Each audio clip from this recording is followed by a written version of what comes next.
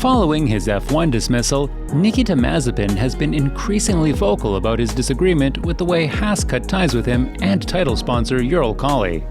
Mazepin has been fairly busy over the past week as the former Haas driver went on multiple media outlets where he called for Formula One to re-evaluate its values as he's still eyeing an F1 comeback at the earliest possible opportunity.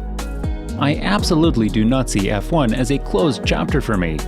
I'm going to stay in a race condition, and I will be ready to take on an opportunity if it comes. At the moment, I'm only citing F1 and no other categories, the Russian revealed just moments after getting sacked by his former team. But as things settled down, Nikita realized that getting an F1 seat could prove harder than initially expected, resulting in him now having to evaluate his options. Of course, I would love to get back into the sport.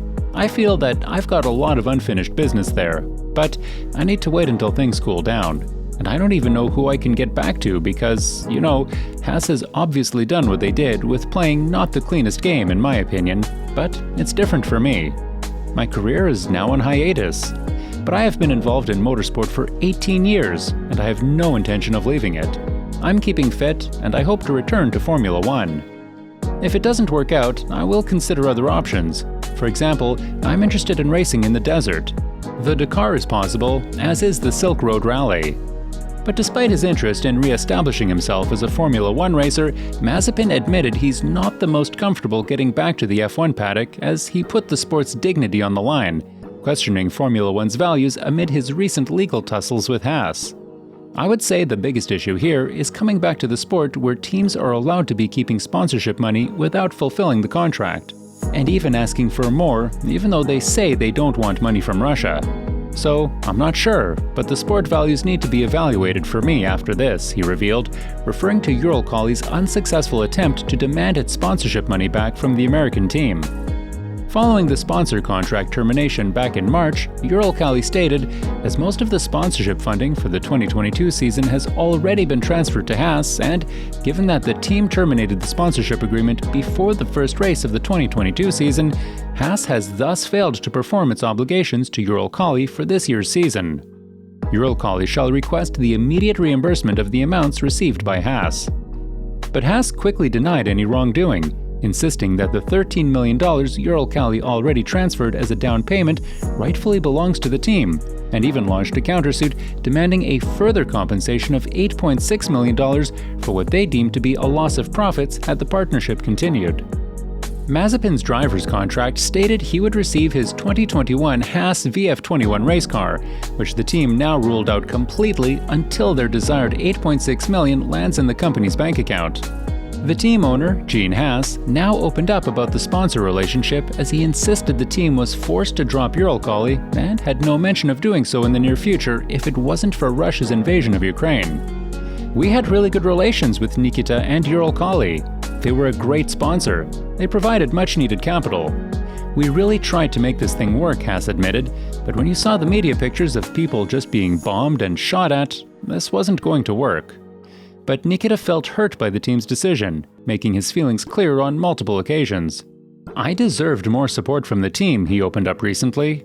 I'd like to think I'm a young man at 23, and I was not ready for it.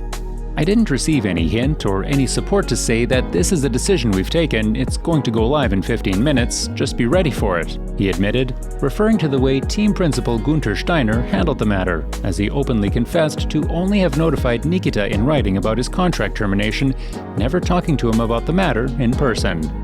I only did it in writing, I didn't talk to him. The external circumstances, which neither I nor he can change, are just the way they are. You have to live with it and move on. I see it as part of life, Steiner concluded. This led to the Russian driver questioning Guenther Steiner's leadership and admitting his disappointment in the team principal.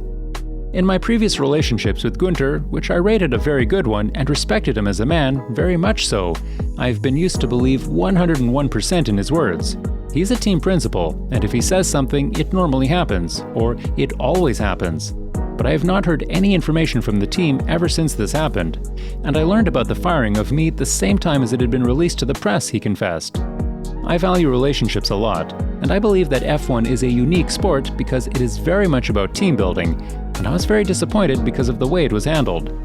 Despite Nikita's interest in joining other categories, both he and his father have been placed high on the EU sanctions list, prohibiting them from entering all EU countries, which led to Mazepin's increasing interest in local Russian racing opportunities as he opened up what his near future looks like. My life has changed radically in just 1 month. I'm thinking about taking part in some competitions in Russia. All things in life, however, even the bad ones, have a beginning and an end. I believe that I was unfairly suspended, but I remain positive. 5 days a week I work on my fund. This takes up most of my time. My life has changed dramatically in just 1 month. There are still many months before the end of the year. Imagine how much more can happen and change. I intend to continue my career, he added. But in spite of the team's tussles with former sponsors, Haas managed to keep their heads up, remaining fully focused on the 2022 season, as Guenther Steiner stated that strong performance is the only way to attract new sponsorship to fill in those blank spaces on the white car. And following Magnussen's strong P5 finish in the season-opening race in Bahrain, tailed by yet another points grab, finishing P9 when he kept Lewis Hamilton at bay in Jeddah, with a cherry on top being a second-row start for the Emilia-Romagna sprint race, Steiner's prediction came into fruition, as the Haas team just announced a brand new team partner to join them from Imola onwards. We're delighted to welcome TransferMate, and we look forward to a productive working partnership in 2022 and beyond, Guenther Steiner stated on the team's website. We're both in sectors where innovation is rewarded and actions need to be executed with confidence and precision. Efficiency is the key to everything we do in Formula One, and working with TransferMate adds another deliverable to our operations.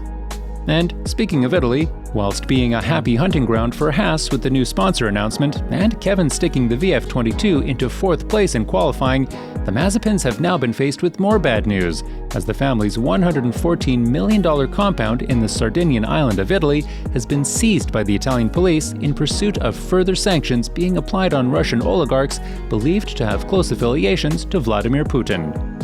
A real estate asset worth approximately €105 million has been frozen, Italian financial police told CNN in a statement, because the property is attributable to the Russian billionaire Dmitry Arkadievich Mazepin and his son Nikita Dmitrievich Mazepin, until March 5th, a Formula One driver of the Haas F1 team.